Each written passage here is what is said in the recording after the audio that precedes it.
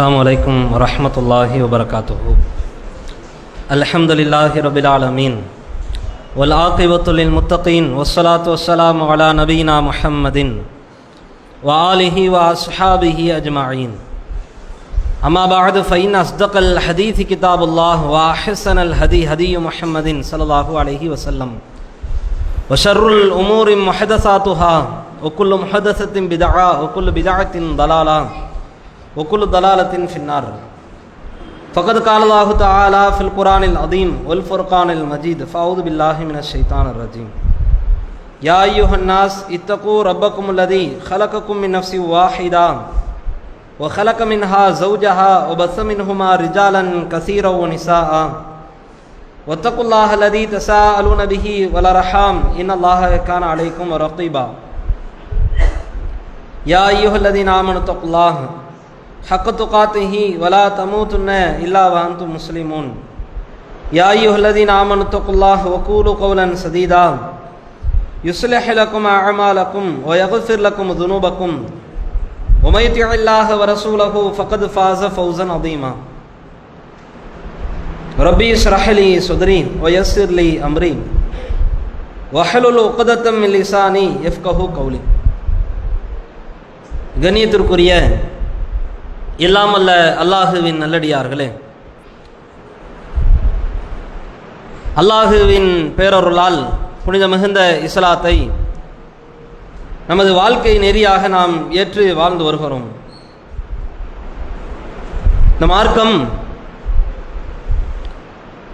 பலகட்ட பருவங்களை கடந்து செல்லுகிற மனிதர்களுக்கு எல்லா கால சூழ்நிலைகளுக்கும் ஏற்றவாறு அவனுடைய பருவத்திற்கு தகுந்த மாதிரி மனிதர்களுக்கு பாடங்களையும் படிப்பினைகளையும் புகட்டுகிற ஒரு மார்க்கம் இஸ்லாமிய மார்க்கம். சிறு வயதிலிருந்து முதுமை பருவத்தை அடைகிற வரைக்கும் ஒரு மனிதன் சந்திக்கிற சூழல்கள், அவன் சந்திக்கின்ற நெருக்கடிகள், மிக குறிப்பாக அவன் அடைகின்ற பருவங்கள், அப்படி அடைகின்ற பொழுது அவன் காணுகின்ற பிரச்சனைகள், சச்சரவுகள், இதற்கெல்லாம் தீர்வு சொல்லுகிற இடத்தில் இருக்கிற ஒரே மார்க்கம் இஸ்லாம் மட்டும்தான். அவனுடைய உணர்விற்கு மதிப்பளிக்கிற, அவனுடைய உணர்ச்சிகளுக்கு கண்ணியத்தை வழங்குகிற, அவனுடைய மானத்திற்கும் மரியாதைக்கும் பாதுகாப்பை கொடுக்கிற, மனிதர்களுடைய எல்லா நேரத்திலையும் உத்வேகம் அளித்து உதவிக்கரம் நீட்டி அவர்களை உயர்த்துகிற இடத்தில் இஸ்லாமிய மார்க்கம் இருக்கிறது. இஸ்லாமிய மார்க்கம் இருக்கிறது என்று சொல்வதை விட இஸ்லாமிய மார்க்கம் மட்டும்தான் இருக்கிறது. உலகத்தில் எந்த மார்க்கமும் மதமும் கொள்கை கோட்பாடுகளும் சித்தாந்தங்களும் சொல்லித்தராத அளவிற்கு மனித உணர்வுகளை மதித்து நடக்கிற ஒரு மார்க்கம் இஸ்லாமிய மார்க்கம். மிக குறிப்பாக இளமை பருவத்தை இஸ்லாமிய மார்க்கம் ரொம்ப கண்ணியப்படுத்துகிறது, மகத்துவப்படுத்துகிறது, முக்கியத்துவம் கொடுக்கிறது, முன்னுரிமை அளிக்கிறது. சிறு வயதில் ஒரு மனிதன் இருக்கும் பொழுது அவனுக்கு அவ்வளவு ஆர்வம் இருக்கும், ஆனால் உடல் வலிமையோ பொருளாதார வலிமையோ பலமோ அவனுக்கு இருக்காது. முதுமை பருவத்தை அடைகிற பொழுதும் ஒரு மனிதனுக்கு அவ்வளவு ஏக்கம் இருக்கும், ஆனால் உடல் வலிமை, அவனுடைய மனது ஒருங்கிணைக்கக்கூடிய நிகழ்வு அவனால் இயலாது. இரண்டும் வாய்க்கப்பட்ட ஒரு பருவம் தான் இளமை பருவம். அந்த பருவத்தை இஸ்லாமிய மார்க்கம் வரப்பிரசாதம் என்று சொல்கிறது. அந்த வரப்பிரசாத ஒரு வாழ்க்கையை இஸ்லாத்திலே இணைத்து வாழ்வது மிகச் சிரமம், மிகுந்த கடினமான ஒன்று. அந்த பருவம் நம்மை வாட்டி வதைக்கும், அலைக்கழிக்கும், உணர்ச்சிகள் மிகுந்து காணப்படுகிற ஒரு பருவம் இளமை பருவம். அந்த நேரத்திலே இஸ்லாத்தின் அடிப்படையில் நம் வாழ்க்கையை கட்டமைப்பது என்பது ஒரு சவாலான விஷயம்தான். ஆனால் ரசூலுல்லாஹ் தன் சஹாபாக்கள் அந்த பட்டாளத்தை அழகான முறையில் வடிவமைத்தார்கள். அவர்களுடைய உணர்ச்சி வசப்படுகிற அந்த தன்மைக்கும், கோபப்படுகிற ஆத்திரப்படுகிற அந்த குணத்திற்கும் தகுந்த வடிகாலையும் தகுந்த மருந்தையும் ரசூலுல்லாஹி ஸல்லல்லாஹு அலைஹி வஸல்லம் அவர்கள் உருவாக்கி கொடுத்தார்கள், அழகான முறையிலே வடிவமைத்தார்கள். இன்றைக்கு இருக்கிற இளைய சமூகம் அப்படி அல்ல. வாழ்வை வளமாக்கிய வாந்தியமிகு வாலிபர்கள் என்றால் சஹாபாக்களை குறிக்கிற ஒரு தலைப்பு. இதில் சில சஹாபாக்களுடைய வாழ்க்கை வரலாற்றை சொந்த சரித்திரத்தை புரட்டி பார்ப்பதற்கு நாம் கடமைப்பட்டிருக்கிறோம். காலம் காலமாக வாலிபர்கள் இருக்கத்தான் செய்வார்கள், இளைஞர்கள் இருக்கத்தான் செய்கிறார்கள். காலம் செல்ல செல்ல அவர்களை வழிகெடுக்கிற வழிகேடுகள் என்பது அதற்கு எண்டே இல்லை, எல்லையே இல்லை. நேற்றைக்கு 10 வழிகேடு இருக்கிறது என்றால் இன்னைக்கு 20 மாறுகிறது, 20-30 மாறுகிறது. இப்ப 30,000 தாண்டி வந்து நிற்கிறது. ஒரு மனுஷன் சாதாரணமா குர்ஆனை எடுத்து ஓதினாலும் கூட அந்நிய பெண்களுடைய அட்வர்டைஸ்மெண்ட், ஆபாசமான விளம்பரங்கள், அதை கடந்து செல்ல முடியல ஒரு மனுஷனால. ஒரு சாதாரணமான ஒரு வாழ்க்கையில இயல்பா இஸ்லாத்தை பேணி கொண்டு வாழ முடியாத ஒரு காலகட்டத்தில் நாம் வாழ்ந்து கொண்டிருக்கிறோம். இந்த நேரத்தில் ரசூலுல்லாஹ் கட்டமைத்த அந்த சஹாபாக்கள், அவர்களை ரசூலுல்லாஹ் உருவாக்கிய அந்த முறையை நாம் தெரிந்து கொண்டால், எப்பேற்பட்ட வழிகேடுகள் இந்த உலகத்தை உலுக்கி எடுத்தாலும் கூட உள்ளத்தை நம்மால் தக்க வைக்க முடியும், மார்க்கத்தின் அடிப்படையில் நிற்க வைக்க முடியும். அதற்கு இரையச்சம் என்கின்ற அஸ்திவாரத்தை மட்டும்தான் இஸ்லாமிய மார்க்கம் ஊன்றி வளர்க்க சொல்கிறது, வேற எதையுமே அல்ல. ரசூலுல்லாஹ் தனக்கு பயப்படக்கூடிய ஒரு கூட்டத்தை உருவாக்கல, தன்னுடைய இறைவனுக்கு பயப்படக்கூடிய கூட்டத்தை உருவாக்கினாங்க. தான் ஒரு கட்டளை போட்டால் உடனடியாக செயல்படுத்த வேண்டும் என்று ஆணவத்திலே, கர்வத்திலே, திமிரிலே ரசூலுல்லாஹ் அலையவில்லை. அப்படிப்பட்ட சஹாபாக்களை உருவாக்கவும் இல்லை. படைத்தவனுக்கு பயந்து நீ எல்லா பாவத்தையும் விட்டு விலகணும். ஒரு பாவத்தை விட்டு விலகிறன்னா ஏதோ ரசூலுல்லாஹ் சொல்லிட்டாங்க அதனால விலக கூடாது. அல்லாஹ் ரசூலுல்லாஹ்வின் மூலம் சொல்லி இருக்கிறான், அதை பேணினால் நமக்கு நல்லது, பேணாவிட்டால் நமக்குத்தான் கெட்டது. படைத்தவன் நம்மை பிடித்து விடுவான், மறுமையிலே நம்மை விசாரிப்பான் என்கின்ற அடிப்படை சித்தாந்தத்தின் அடிப்படையிலே ரசூலுல்லாஹ் சமூகத்தை கட்டமைத்தார்கள். இன்றைக்கு இப்படியான சமூகம் கட்டமைக்கப்படுறது கிடையாது. ஏதோ தகப்பனாரு பாப்பா அடிப்பாரு, அம்மா அடிப்பாங்க, திட்டுவாங்க என்று பயந்து ஒழுங்குகளை பேணுகிறார்களே, இந்த ஒழுங்கு என்பது ஓரளவிற்கு தான் இருக்கும். பாப்பா அடிச்சிருவாரு, அம்மா திட்டிடுவாங்க, வீட்டை விட்டு விரட்டிடுவாங்க. எத்தனை வருஷம், எவ்வளவு நாள்? இந்த பயமும் இந்த மரியாதையும் அதிகபட்சம் பல நாட்கள், பல வருடங்கள் நிற்காது, நீடிக்காது. ஒரு கட்டத்தில் நமக்கும் ஒரு நாள் மரணம் வரும். அதற்கு பிறகு நம்முடைய பிள்ளைகளை, சந்ததிகளை, வருங்கால தலைமுறைகளை அவர்களை வழி நடத்துறது யார்? இந்த கேள்விக்கு பதில் சொல்லணும்ல. இன்றைக்கு எத்தனையோ இயக்கங்கள் இருக்கிறது, அமைப்புகள் இருக்கிறது. இளைஞர்களின் உழைப்பை உறிஞ்சி அதை பயன்படுத்துகிறதிலே மட்டும்தான் குறியாக இருக்கிறார்களே ஒழிய அவர்களுக்கு உகந்த உபதேசத்தை பொழிவிக்கிற ஒரு இயக்கமாக இல்லை, அமைப்புகளாக இல்லை, ஜமாத்துகளாக இல்லை, அரசியல் கட்சிகளாக இல்லை. எந்த நேரத்தில் அவன் அப்படியே சூடுபிடித்து அவர்களிடத்தில் எப்பொழுது அந்த வேகமும் விவேகமும் கொந்தளித்து வருகிறதோ அதை தங்களுடைய அமைப்புக்கும் இயக்கத்திற்கும் தங்களுடைய கட்சிக்கும் அதை ஒரு அஸ்திவாரமாக பயன்படுத்தி கொண்டு விட்டு விடுகிறார்கள். அதுக்கு பிறகு அவன் என்ன செய்யறான்? அவனிடத்துல இரையச்ச வாழ்க்கை இருக்குதா? இரையச்சம் இல்லைன்னா ஒரு மனுஷன் தொழுகை இருக்காது, இரையச்சம் இல்லைன்னா நோன்பு இருக்காது, இரையச்சம் இல்லைன்னா இஸ்லாத்தோடு இணைந்த வாழ்க்கை அவனிடத்துல இருக்கவே இருக்காது. யாரோ சொன்னாங்க, கொஞ்ச நாள் பின்பற்றினேன். இன்னைக்கு அந்த மாதிரி தானே இருக்கிறோம்.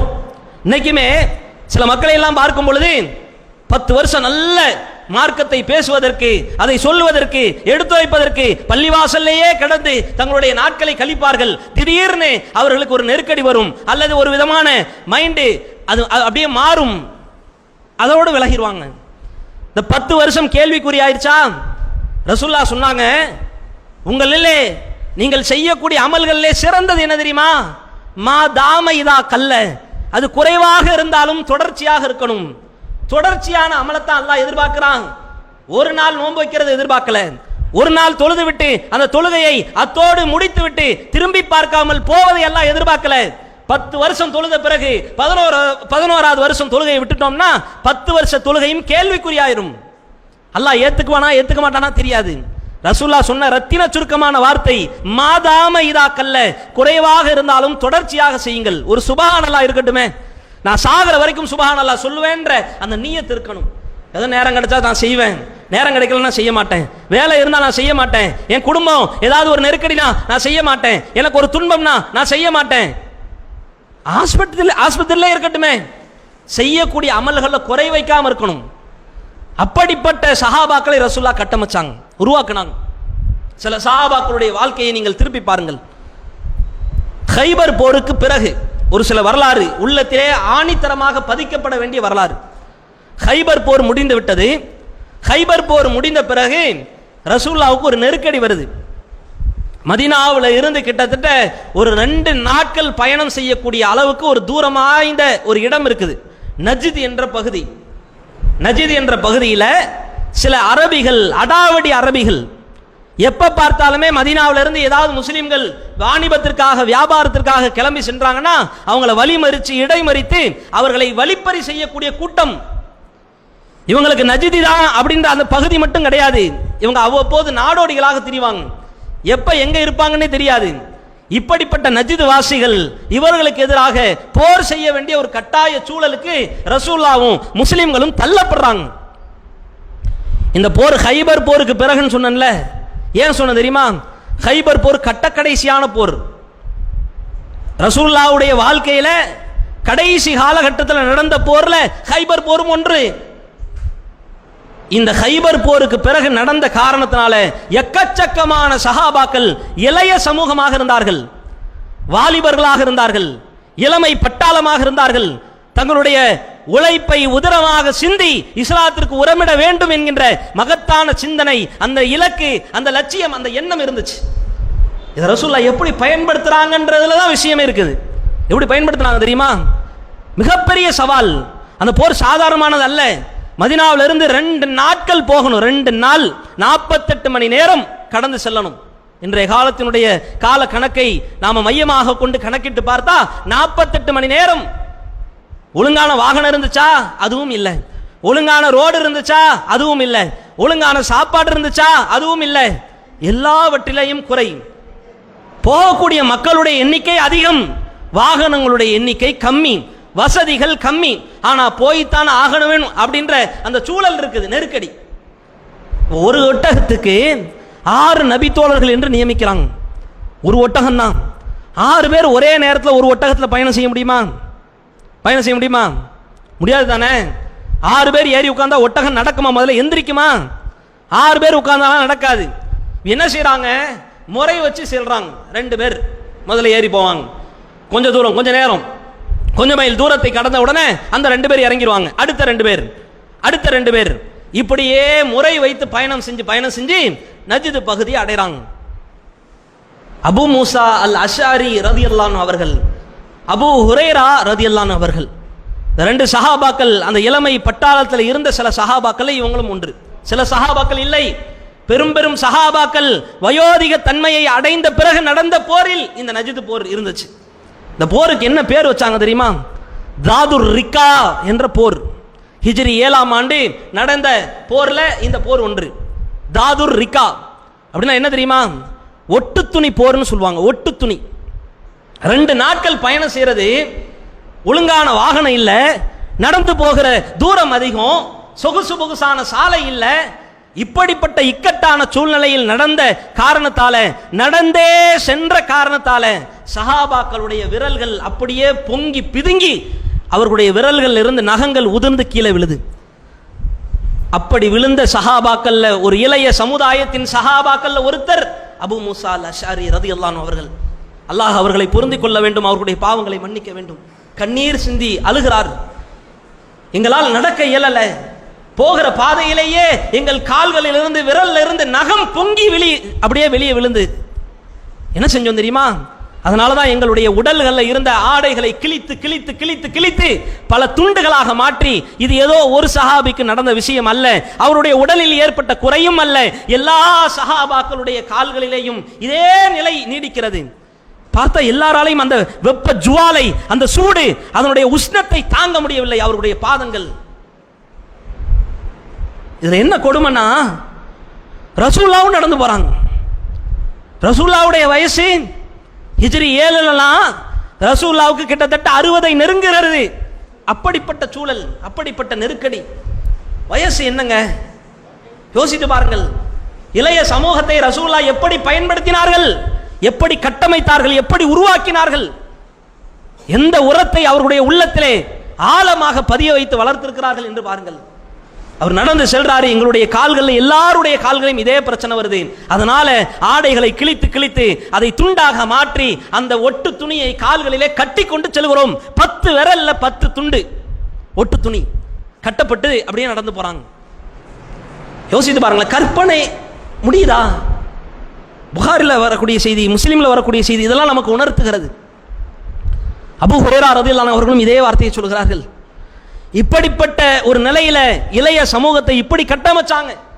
இன்னைக்கு நெஞ்ச நிமிர்த்தி நம்மளால சொல்ல முடியுமா? நம்மளால சொல்ல முடியுமா? ஒரு வழிகேட்டுக்கு வக்காலத்து வாங்குவதற்கு இன்றைய வாலிபர்கள் துணிச்சலாக தைரியமாக முன்னால் வந்து நிற்பார்கள். அசிங்கத்திற்கும் ஆபாசத்திற்கும் ஒழுக்கங்கெட்ட காரியத்திற்கும் அதற்கு உத்வேகம் அளிக்கிறதுக்கு முன்னாடி வந்து நிற்பார்கள். நீங்கெல்லாம் என்ன நடக்கிறது? ஃபேஸ்புக், வாட்ஸ்அப், ட்விட்டர், யூடியூப் எல்லாத்துலயுமே பாருங்கள், நல்ல காரியங்கள் அதிகமாக பரப்பப்படுகிறதா? ரீல்ஸ் பேர்ல பல மணி நேரங்கள் இன்றைய இளைஞர்கள் அதிலேயே கழிக்கிறார்கள். என்ன பார்க்கிறாங்க? பொழுதுபோக்கு, கேளிக்கை அம்சங்கள், ஆபாச வார்த்தைகள், இரட்டை அர்த்தங்களை தருகிற ஒற்றை வார்த்தைகள் இந்த சமூகத்தை சீரழிச்சு நாசமாக்குகிற வேலையை தவிர வேறு என்ன வேலை இருக்குது? இப்படியா ரசூலுல்லாஹ் விட்டுட்டு போனாங்க? இதை பத்தி யாராவது எந்த இயக்கமாவது எந்த அமைப்பாவது இதை பத்தி பேசுறாங்களா? வாய் திறந்து சொல்ல முடியுதா?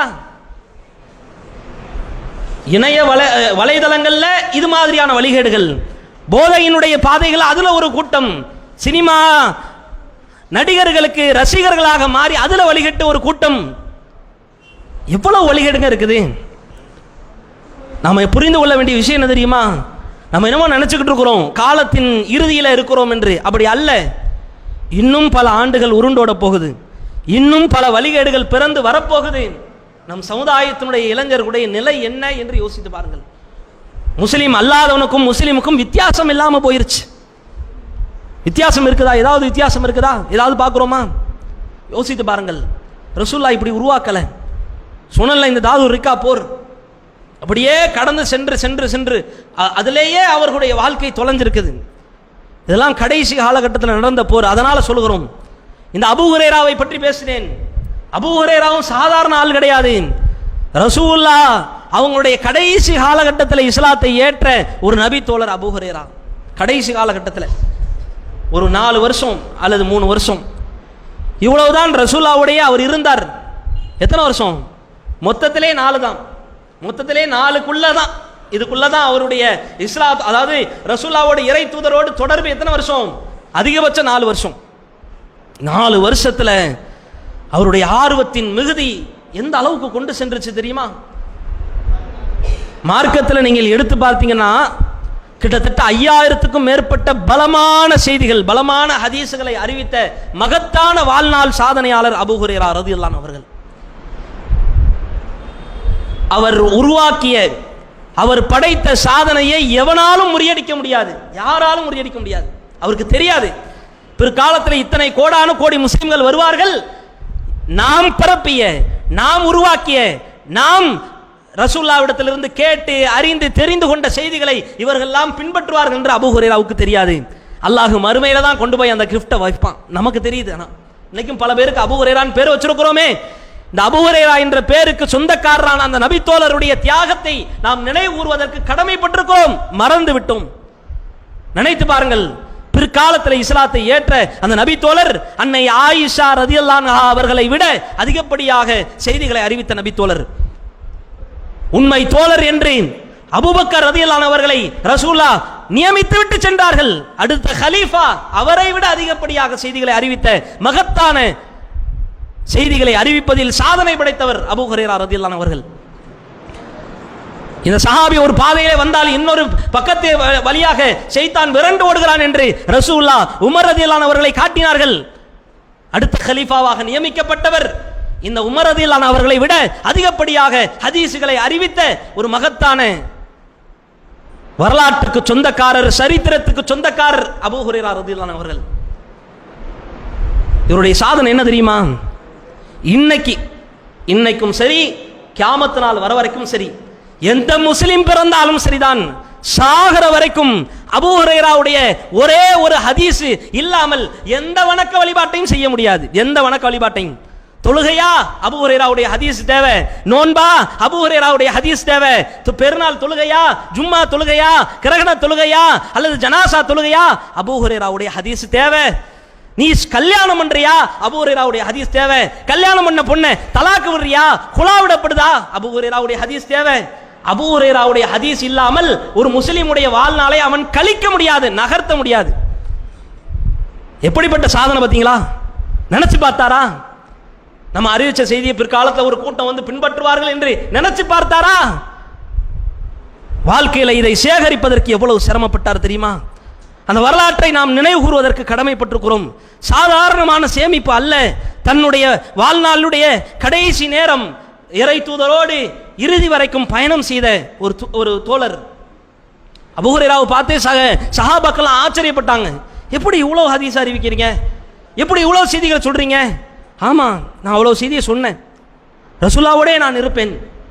முஹாஜிர்கள் ஹிஜ்ரத் செய்து வந்தவர்கள் இஸ்லாத்திற்காக தங்களுடைய உடலையும் தங்களுடைய உடைமைகளையும் பலவிதமான தியாகங்களுக்கு உட்படுத்தி மார்க்கத்தை பேணுவதற்காக, மார்க்கத்தை பரப்புவதற்காக மக்காவில் இருந்து மதீனாவுக்கு வந்த இந்த தோழர்கள், இவர்கள் வியாபாரத்திற்காக சென்று விடுவார்கள். நான் நபிகளாரோடு இருப்பேன். அன்சாரி தோழர்கள், அரவணைத்த சீடர்கள், முஹாஜிர்களை ஆரத்தழுவிய அன்பர்கள், இப்படிப்பட்ட அன்சாரி தோழர்கள் இவர்கள் விவசாயம் பார்ப்பதற்கு சென்று விடுவார்கள். நான் ரசூலுல்லாஹ்வோடே இருப்பேன். அபூ ஹுரைரா சொல்கிறார், சில நேரங்களில் எனக்கு பசி வரும். அந்த பசியினுடைய கொடுமை, என்னுடைய வயிற்று வலி தாங்க முடியாது. நான் தரையிலே கடந்து அப்படியே உருளுவேன், சாலை வரைக்கும் சென்று விடுவேன். என்னை சில மக்கள் கடந்து செல்வார்கள், ஏதோ பைத்தியக்காரன் போல, ஏதோ கிறுக்கம் போல என்று என்னை பேசிவிட்டு சென்றிருக்கிறார்கள். பிற்காலத்தில் சொல்கிறார் அபூ ஹுரைரா, பிற்காலத்தில் சொல்கிறார் இந்த அபூ ஹுரைரா, என்னை பைத்தியம் என்றார்கள், என்னை கிறுக்கன் என்றார்கள், என்னை ஏதோ ஷைத்தான் தீண்டியவனை போன்று பார்த்தார்கள். இன்னும் சில பேர் பாதையிலே கடந்து செல்லும் பொழுது என்னுடைய கழுத்திலே ஏறி மிதித்து விட்டு சென்றிருக்கிறார்கள், என்னுடைய வயிற்றிலே ஏறி மிதித்து விட்டு சென்றிருக்கிறார்கள். பசியால் நான் துடிதுடித்து நான் பரிதாபமாக கிடக்கிற இந்த பார்வையை கூட சில மக்கள் என்னை இலக்காரமாக பார்த்திருக்கிறார்கள், விமர்சித்திருக்கிறார்கள். நான் ரசூலுல்லாஹ்வோடையே கிடந்தேன், ரசூலுல்லாஹ்வோடையே இருந்தேன். இன்னும் எத்தனை நாட்கள் நபிகளார் நம்மோடு இருக்க போகிறார்கள் என்று தெரியவில்லை. அபூ ஹுரைராவுடைய வயசு என்னங்க? அபூ ஹுரைராவுடைய வயசு என்ன? சிறுமை பருவம், இளமை பருவம். இப்படிப்பட்ட நிலையிலே ரசூலுல்லாஹ்வோடு தன்னுடைய கடைசி நேரம் வரைக்கும், ரசூலுல்லாஹ்வுடைய கடைசி நேரம் வரைக்கும் கூடவே இருந்த நபித்தோழர். அதனால தான் சொன்னேன், அபூ ஹுரைராவுடைய செய்தி இல்லாம இப்ப தொழுதோமே, இந்த தொழுகையை கூட நம்மளால் தொழ முடியாது. நெஞ்சில தக்பீர் கட்டுறதுலேருந்து சலாம் கொடுக்கிற வரைக்கும் அபூ ஹுரைராவுடைய ஹதீஸ் வேணும். மறுமையில தான் அவர் பார்ப்பார், இவ்வளவு நன்மையா, இவ்வளவு நன்மையா. இன்றைக்கு இருக்கிற இளைஞர்கள் இப்படியா இருக்கிறோம். பாட்டை பல பேருக்கு அனுப்புறான், ஸ்டேட்டஸை பல பேருக்கு பார்க்க வைக்கிறான், அதில் நாடக ஊடக விஷயங்கள், நடிகர் நடிகைகளுடைய பாடல்கள், கொட்டு மேளங்கள், கூத்து கும்மாளங்கள், இதையெல்லாம் பரப்புறதுக்கு நேரம் இருக்குது. மார்க்கத்தை பேசுறதுக்கு நேரம் இல்லையா? என்ன பிற மதத்தவர்களுக்கும் நமக்கும் வித்தியாசம் வேண்டாமா? எதை நோக்கி நம்முடைய பாதை, எதை நோக்கி நம்முடைய பயணம்? இளைய சமூகம் இன்றைக்கு இந்த லட்சணத்தில் இருக்கிறார்கள் என்றால் வருங்காலத்தை பற்றி நாம் கவலைப்படுவதற்கு கடமைப்பட்டிருக்கிறோம். எதிர்காலம் என்னவாக போகிறது? நமக்கு முன்னோர்கள் இப்படியா இருந்தாங்க, நம்ம சின்ன பிள்ளையில இப்படியா இருந்தோம். சின்ன பிள்ளையில ஒழுங்கா இருந்ததுனால தான் இன்றைக்கு ஓரளவு பெரிய மனிதர்களாக காணப்படுபவர்கள், கருதப்படுபவர்கள் தங்களுடைய ஈமானை பாதுகாத்து வாழ்க்கையை வழிநடத்தி கொண்டிருக்கிறார்கள். ஆனால் இன்றைய இளைய சமூகத்தினுடைய இஸ்லாத்திற்கு அப்பாற்பட்ட ஒரு வாழ்க்கை வருங்காலத்தை கேள்விக்குறியாக்கி வைத்திருக்கிறதா இல்லையா? இருக்குதா இல்லையா? இவன் இப்படியே இப்பமே இப்படி இருக்கிறானே, வருங்காலத்தில் என்னவாக இருப்பான்? பீடி, சிகரெட்டு, தண்ணி, கஞ்சா, போயிலன்னு சொல்லி, ஹான்ஸ் சொல்லி எவ்வளவு போதை வஸ்துக்கள் இல்லைன்னு சொல்ல முடியுமா? நம்ம ஊர்ல இல்லைன்னு பேச முடியுமா? இப்ப போய் பார்த்தாலும் கூட ரயில்வே ஸ்டேஷன்ல பார்க்கலாம், இந்த குளத்து ஓரத்தில் எங்க பார்க்கலாம், எவ்வளவு இடங்கள் இருக்குது தெரியுமா? கண்ணுக்கு முன்னாடி துணிச்சல், தைரியம். எவன்டா கேட்பான்? எவன் தடுப்பான்? இந்த தைரியத்தை, இந்த இருமாப்பை எவன் கொடுத்தது? இத்தனை அமைப்புகள் இருந்து என்ன பிரயோஜனம்? இத்தனை ஜமாத்துகள், இத்தனை ஆலிம்கள் என்று பெருமை பாராட்டுவது இதுக்கா? கேடுகட்ட சமூகம் உருவாகி வளர்ந்து நிற்கிறதே, இந்த களிகளை, இந்த செடிகளை, இந்த கேடுகட்ட அவலங்களை தோலுரித்து காட்டுவதற்கு எந்த இயக்கம் முன்வருகிறது? அரசியலுக்காக, பணத்துக்காக முன்னாடி வந்து முன்வரிசையிலே அமர்ந்து கொண்டு இருக்கிறார்களே, இவங்க பேச வேணாமா? நாம மட்டும் தான் கத்திட்டு கிடக்கிறோம், ஒரு அமைப்பு தான் பேசிக்கிட்டு இருக்குது. இந்த நிலையிலே ரசூலுல்லாஹ் விட்டுட்டு போனாங்க. யோசித்து பாருங்கள். அல்லாஹ் ரப்பல் ஆலமீன் கடுமையாக நம்மை சாடுகிறான், திருமறையிலே பேசுகிறான். என்ன நடிப்பு வாழ்க்கை, நடிக்கிறதுக்கு வாழ்றோமா என்று அல்லாஹ் கேட்கிறான். திருமறை குர்ஆன்ல கடுமையான வசனங்கள்லாம் இருக்குது, அதையெல்லாம் கடந்துட்டு போறோம், படிக்கிறது கிடையாது. நம்ம மஸலுல்லதீன ஹும்மிலு தௌராத்த சும்ம லம் யஹ்மிலூஹா கமஸலில் ஹிமாரி யஹ்மிலு அஸ்பார். அல்லாஹ் பேசுகிறான், தௌராத் வேதத்தை வழங்கப்பட்டவர்கள் அதை வழங்கிய பிறகும் அதை செயல்படுத்துவதற்கு மனசு இல்லை. கமஸலில் ஹிமாரி யஹ்மிலு அஸ்பாரா, இவர்கள் பொதி சுமக்கக்கூடிய கழுதைகளை போன்றவர்கள். கழுத மாதிரி இருக்கியடா என்று அல்லாஹ் திட்டுகிறான். யார? தௌராத் வேதம் வழங்கப்பட்ட பனு இஸ்ரவேலர்களை. என்ன பாவம் செஞ்சாங்க? அவங்களுக்கு தௌராத் என்ற வேதம் வழங்கப்பட்டு அதுல ஹலால் ஹராம் சொல்லி கொடுக்கப்பட்டு ஒழுக்க மாண்புகள் போதிக்கப்பட்டு ஆகச்சிறந்த சமூகமாக உருவாக்குவதற்கு பயிற்சி வழிகளை அல்லாஹ் கற்றுக் கொடுத்திருந்தும் அதை பேணுவதற்கு மனசு இல்லை, தயாராக இல்லை. அல்லாஹ் திட்டுனானா இல்லையா? என்னடா கழுத பய மாதிரி இருக்கிற என்று அல்லாஹ் கேட்டானா இல்லையா? இந்த கேள்வி இந்த சமூகத்தில் இன்னைக்கு நமக்கு பொருந்தாதா? குர்ஆன் என்பது ஓதுவதற்கு மட்டும் அல்ல, கிராத்தாக ராகமாக படித்துவிட்டு செல்வதற்கு மட்டும் அல்ல, மனனம் செய்வதற்கு மட்டும் அல்ல, இதை பேண வேண்டும், வாழ்க்கையில செயல்படுத்தணும். அல்லாஹ் ரப்பல் ஆலமீன் அதை விரும்புகிறான். ரசூலுல்லாஹ் அதற்கு பயந்தார்கள். அதற்கு பயந்துதான் தன்னுடைய சஹாபாக்களுடைய பட்டாளத்தை தனக்கு அஞ்சியவர்களாக ரசூலுல்லாஹ் உருவாக்கல. நல்லா புரிஞ்சுக்கணும், ரசூலுல்லாஹ்வுடைய நோக்கம் ஆட்சி அதிகாரத்தை பிடிப்பது அல்ல. பெரிய ஜனாதிபதியாக நான் உலா வர வேண்டும், வலம் வர வேண்டும் என்று ரசூலுல்லாஹ் கடுகளவுக்கு கூட, கடுகின் முனையளவுக்கு கூட ரசூலுல்லாஹ் ஆசைப்பட்டது கிடையாது. அதுக்கு ஆசைப்பட்டாங்க, நான் ஆட்சி அமைக்கணும், நான் அதிகாரம் அமைக்கணும், எனக்கு கீழே இத்தனை அமைச்சர்கள் இருக்கணும், இத்தனை பெருமக்கள் இருக்கணும், முக்கியஸ்தர்கள் இருக்கணும். இது அல்ல ரசூலுல்லாஹ்வுடைய நோக்கம். தூய்மை மிகுந்த ஒரு சமூகத்தை உருவாக்கணும், அதற்காக எந்த எல்லைக்கும் நான் செல்வேன் என்று ரசூலுல்லாஹ் இருந்தாங்க.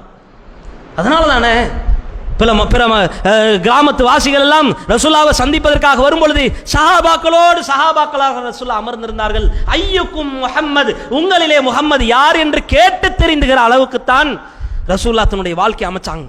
நான் இல்லை இங்க முக்கியத்துவம், எனக்கு இல்லைங்க ரோல், நான் இல்லை இங்க கண்ணியப்படுத்தப்படுறது. அல்லாஹ்வுக்கு கண்ணியப்படுத்தப்படணும், அல்லாஹ்வுக்கு நீங்கள் பயப்படணும், அல்லாஹ்வுக்கு பயந்து நீங்கள் உருவாக வேண்டும். அப்படித்தான் ரசூலுல்லாஹ் உருவாக்கினாங்க. இன்னைக்கு இரையச்சமுள்ள இளைஞனை காட்ட முடியுமா? இரையச்சமுள்ள இளைஞனை என் அத்தா திட்டுவார், என் வாப்பா திட்டுவாங்க, எங்க அம்மா திட்டுவாங்க, யாரும் பாத்திரக்கூடாது என்று சிறுக சிறுக செய்த தீமைகள் ஒரு கட்டத்திலே அவனுடைய பருவம் கூட கூட அதிகரிக்க மறைச்சு செய்த பாவங்களை வெளிப்படையாக செய்ய ஆரம்பிக்கிறான். அவனுடைய பேச்சு, அவனுடைய நடவடிக்கைகள், அவனுடைய சுபாவங்கள், அவனுடைய செயல்பாடுகள் அத்தனையுமே இஸ்லாத்திற்கு ஆப்போசிட்டாக இருக்கிறதா இல்லையா? வாயை திறந்த வண்டையாக பேசுறானா இல்லையா? அசிங்கமாக, அடுத்தவர்களுடைய தாய் தந்தையை இழிவுபடுத்தி கேவலமாக, இதெல்லாம் என்ன? இதுதான் ட்ரெண்டு. சிகரெட் அடிக்காதவன் அவன் ஒரு ஆண்மகனாகவே கருதப்படுறது கிடையாது, அசிங்கமாக பார்க்கப்படுகிறான். காதல் வயப்பட்டு அதிலே சில சேட்டைகளை செய்பவன் தான் இன்றைக்கு ஆண்மகனாக பார்க்கப்படுகிறான். ஏன் லவ்வே பண்ணலையா, நீலாம் ஒரு மனுஷனாடா அப்படின்ட்டு பார்க்கப்படுறான். இந்த சமூகம் எதை நோக்கி பயணிக்குது தெரியுதா? இதான்டா ட்ரெண்டு, இதான் உனக்கு ஃபேஷன், இப்படித்தான் வாழணும்டா. ஷைத்தான் அலங்கரிச்சு காட்டுறானா? ஷைத்தான் என்ன சொன்ன அல்லாஹ்ட்ட?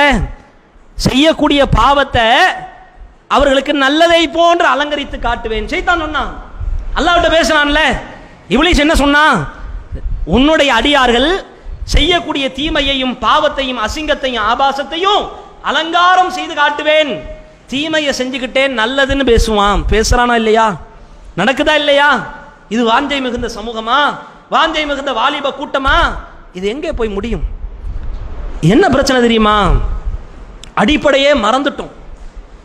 இந்த வழிகேடெல்லாம் வாழ்க்கையில உள்ள நுழையிறதுக்கு காரணமே மறுமை என்கின்ற மகத்தான இலக்கை நோக்கி நாம பயணிக்கின்றோம் அப்படின்ற அந்த எண்ணம் குறைய குறைய குறைய வழிகேடுகள் உள்ள வந்துகிட்டே இருக்கும். ஆட்டோமேட்டிக்கா வரும்.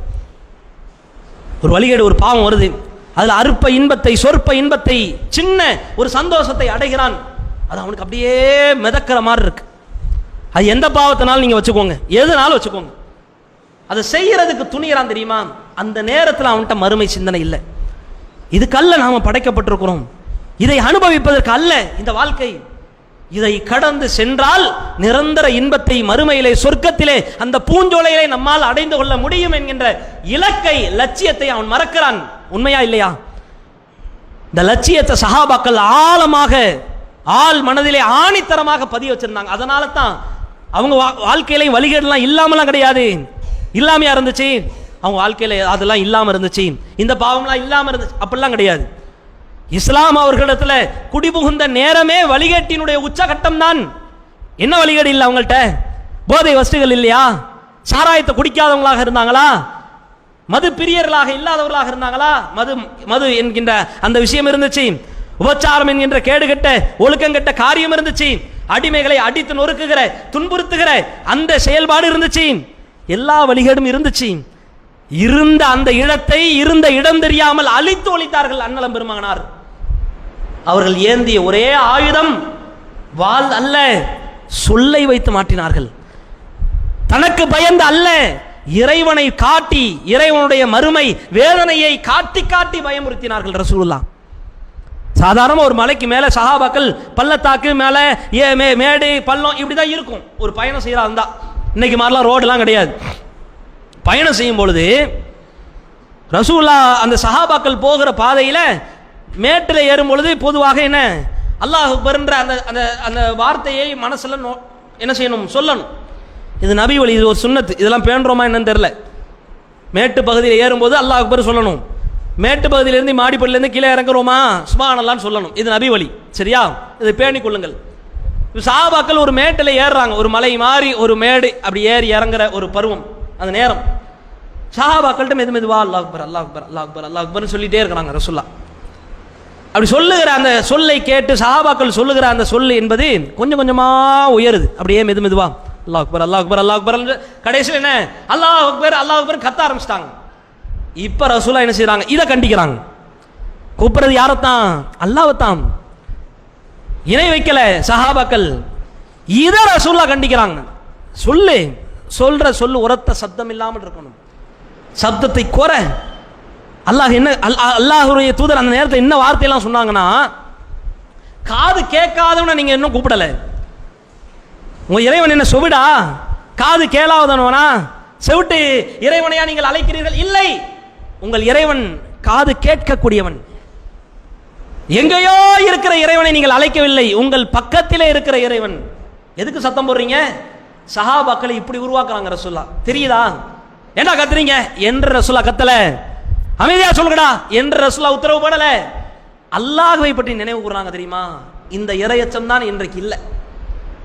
பேசுறவங்க கத்தி கத்தி திட்டி திட்டி பேசிட்டு போயிடுறாங்கன்னு வைங்களேன். இது எங்க போய் நிற்கும்? எவ்வளவு நாள் நீடிக்கும்?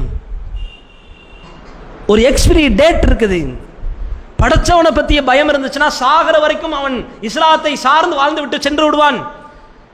அதிகாரத்திற்கும் அடிக்கும் உதைக்கும் ஒரு மனுஷனை பக்குவப்படுத்தணும்னா ரொம்ப நாள் நீடிக்காது. இந்தியாவில் எவ்வளோ சட்டம் இருக்குது? திருட்டுக்கு சட்டம் இருக்குது, கொலைக்கு சட்டம் இருக்குது, எவ்வளவோ சட்டம் இருக்குது. இருக்கதானே செய்தேன். ஏட்டு சுரக்காய் கறிக்கு உதவாத மாதிரி சட்டம் எல்லாம் ஏட்டளவில் தான் இருக்குது, செயல்பாட்டில் இல்லை. செயல்பாட்டில் இருக்குதா? இந்த அஜித் குமார்னு ஒருத்தனை கொண்டாங்க. யார் இருக்கிறா? யாரு கொன்னது? யாரு? விசாரணைக்குன்னு அழைத்து சென்ற காவல்துறையில் இருக்கிற அந்த மக்களே கொன்றார்கள். இது இன்னைக்கு நேரத்து நடந்த கொலைகளா? இது மாதிரியான கொலை இதுக்கு முன்னாடி நடந்ததே கிடையாதா? இந்த 4 வருஷ காலத்தில் 24 25 மரணங்கள் காவல் நிலையத்தில் கொல்லப்படுறாங்க. இது சட்டத்திற்கு முன்னாடி நிறுத்தப்பட்டு உடனே தீர்ப்பு சொல்ல முடியுமா? முடியாதா? இது நான் சொல்றது காரணம், இங்க உள்ள ஓட்டைகளுக்கு அரசியல் விஷயங்கள் அல்ல. எவ்வளவோ சட்டத்திட்டம் இருக்குது, செயல்பாட்டில் இல்லை. ஏன் இல்லை? அங்கெல்லாம் இரையச்சம் இல்லை, படைத்தவனை பற்றிய பயம் இல்லை. எவ்வளவு நாள் கட்டுப்படுவான்? சட்டத்தில் என்னடா ஓட்டை இருக்குது, தப்பிக்கிறதுக்கு என்னடா வழி இருக்குதுன்னு தான் பார்ப்பானே ஒழிய ஒரு காலத்திலையும் அதிலிருந்து விலகணும், அந்த வாழ்க்கைக்கு நாம பழகணுன்ற அந்த எண்ணம் இருக்காது. இருக்குமா? இருக்காது தானே. ஏன்னா அல்லாஹ்வை பற்றிய சிந்தனை இல்லையே. படைச்சவன் ஒருத்தன் இருக்கிறான். இந்த உலகத்தில் நாம 100 கொலை பண்ணாலும் நம்மளை ஒரு தடவை தான் தூக்கில் போடுவான். ஒரு தடவை தானே போட முடியும். 100 கொலை அல்ல, 1,00,000 பேரை கொன்னு குவிச்சாலும் நம்மளை ஒரு தடவை தான் தூக்கில் போட முடியும். மறுமையில் அப்படியா? அப்படி அல்ல. 1,00,000 பேரை கொன்றதற்குண்டான மகத்தான வேதனையை அல்லாஹ் தயார்படுத்தி வச்சிருப்பான். இதை இஸ்லாம் மட்டும்தான் கற்றுத்தருது. இந்த இறையச்ச கோட்பாடு, இறையச்சம் என்கின்ற அஸ்திவாரம் இஸ்லாத்தில் மட்டும்தான் இணைக்கப்பட்டிருக்குது. அதனால சஹாபாக்கள் பயந்தாங்க. ரசூலுல்லாஹ்ட்ட காரணத்தை சொல்லி தப்பிச்சிடலாம், ஆனா படைச்ச இறைவன்ட்ட நம்மளால தப்பிக்க முடியாது. தபூக் போர்க்களம், அந்த போர்க்களத்தினுடைய அந்த படித்தரங்கள், அதில் உள்ள படிப்பனைகளை எல்லாம் நினைச்சு பாருங்க, உடம்பெல்லாம் புல்லரிச்சிரும். எத்தனையோ நயவஞ்சகர்கள் ரசூலுல்லாஹ்விடத்துல போய் காரணத்தை சொல்லி தப்பிச்சுட்டு போயிட்டாங்க. காப் பின் மாலிக் என்கின்ற ஒரு நபி தோழர், ரசூலுல்லாஹ் காலத்தில் இஸ்லாத்தை ஏற்ற ஒரு நபி தோழர், பல போர்க்களத்திலே கலந்து கொண்ட நபி தோழர். ஏதோ அலட்சியம், ஏதோ பொடுபோக்கு தன்மை. தபூக் போர்க்களத்தில் கலந்து கொள்ளல. ரசூலா திரும்ப வராங்க, இவருடைய மேனி எல்லாம் வேர்த்து விறுவித்து படபடத்து போகிறார். போய் சொல்லிடுவோமா, எல்லாரையும் மாதிரி போய் சொல்லி தப்பிச்சிருவோமா என்ற எண்ணம் கூட வருகிறது. பல பேர் அந்த ஆலோசனை கூட சொல்லுகிறார்கள். ஆனால் காப் பின் மாலிக் மனசிலே நினைத்த நினைப்பு என்ன தெரியுமா, இன்றைக்கு ரசூலுல்லாஹ்விட்ட நான் போய் சொல்லி தப்பிச்சிடலாம், படைச்சவன்ட்ட நான் தப்பிக்க முடியாது என்ற அந்த எண்ணம் தான் வந்த உடனேயே உண்மையை சொல்லுகிறார். அல்லாஹ்வின் தூதரே, எந்த காரணமும் இல்லை போரில் இருந்து பின்வாங்குவதற்கு, போருக்கு வராமல் இருப்பதற்கு என்னுடைய அலட்சியத்தை தவிர எந்த காரணமும் இல்லை. எனக்கு அல்லாஹ் வாகனத்தை தந்திருந்தான், உடல் ஆரோக்கியத்தை தந்திருந்தான், பலத்தை தந்திருந்தான், வலிமையை தந்திருந்தான், வேண்டுமென்றே நான் வராமல் இருந்து விட்டேன். நான் உங்களிடத்தில் போய் சொல்லி தப்பித்திருக்கலாம், ஆனால் படைத்தவன் என்னை பிடித்து விடுவான் என்கின்ற அச்சத்தால் உண்மையை சொல்லிவிட்டேன். உண்மையை சொன்ன அந்த சஹாபிக்கு பல நாட்கள் நடவடிக்கை எடுக்கப்பட்டுச்சு. யாருமே பேசல. கட்டின மனைவியை கூட ரசூலுல்லாஹ் விலகச் சொல்லிவிட்டார்கள். அப்ப கூட என்ன கேட்கிறார் தெரியுமா, அப்படிலாம் விலக முடியாது, என்ன இது உண்மையை சொன்ன இப்படிலாம் தண்டிப்பீங்களா? கோவப்படல. படைச்சவன் ஏதோ உத்தரவு சொல்றான், சரி நிரந்தரமாகவா தற்காலிகமாகவா கேட்கிறார். தற்காலிகமாகத்தான். பள்ளிவாசலுக்கு காப் பின் மாலிக் தொழுகை வருவார். தொழுகை நடத்தும் பொழுது, தொழுகைக்கு வரும் பொழுது ரசூலுல்லாஹ்வுக்கு சலாம் சொல்வார். ரசூலுல்லாஹ் பதில் சொல்ல மாட்டாங்க. சஹாபாக்களுக்கு சலாம் சொல்வார், பதில் சொல்ல மாட்டாங்க. நடவடிக்கை எடுக்கப்பட்டு விட்டார். பல நாட்கள், ஒரு நாள் அல்ல, 2 நாள் அல்ல, ஒரு வாரம் அல்ல, 2 வாரம் அல்ல, கிட்டத்தட்ட 50க்கும் நெருக்கமான நாட்கள். யாருமே பேசல, கண்டுகொள்ளவே இல்லை. இந்த காப் பின் மாலிக்கு தெரியுமா 50 நாள்ல அல்லாஹ் மன்னிச்சிருவான்னு? அதுவும் தெரியாது. தெரிஞ்சா கூட ஓரளவுக்கு மனசு விசுவாசமா ஆசுவாசப்படும்ல, அதுவும் இல்லை. எப்படி இருக்கும் பாருங்க. இவர் எதனால் கட்டப்பட்டிருக்கிறார் என்று பாருங்கள். அந்நிய நாட்டிலிருந்து இவரை அழைத்து சென்று அவருக்கு நல்ல தக்க மரியாதை கொடுத்து அரியணை ஏற்றுவதற்கு காத்து கொண்டிருந்தார்கள் ஆட்சியாளர்கள் காப் பின் மாலிக்க. அப்படிப்பட்ட ஒரு வலிமை படைத்தவர் காப் பின் மாலிக். அந்த லெட்டர் வருது, கடிதம் வருது, தீய வச்சு கொளுத்துறார் காப் பின் மாலிக். இதனடா உச்சகட்ட சோதனையா இருக்குது, நானே ஏற்கனவே துன்பத்தில் இருக்கிறேன், துயரத்தில் இருக்கிறேன், இப்படின்ற பயம்.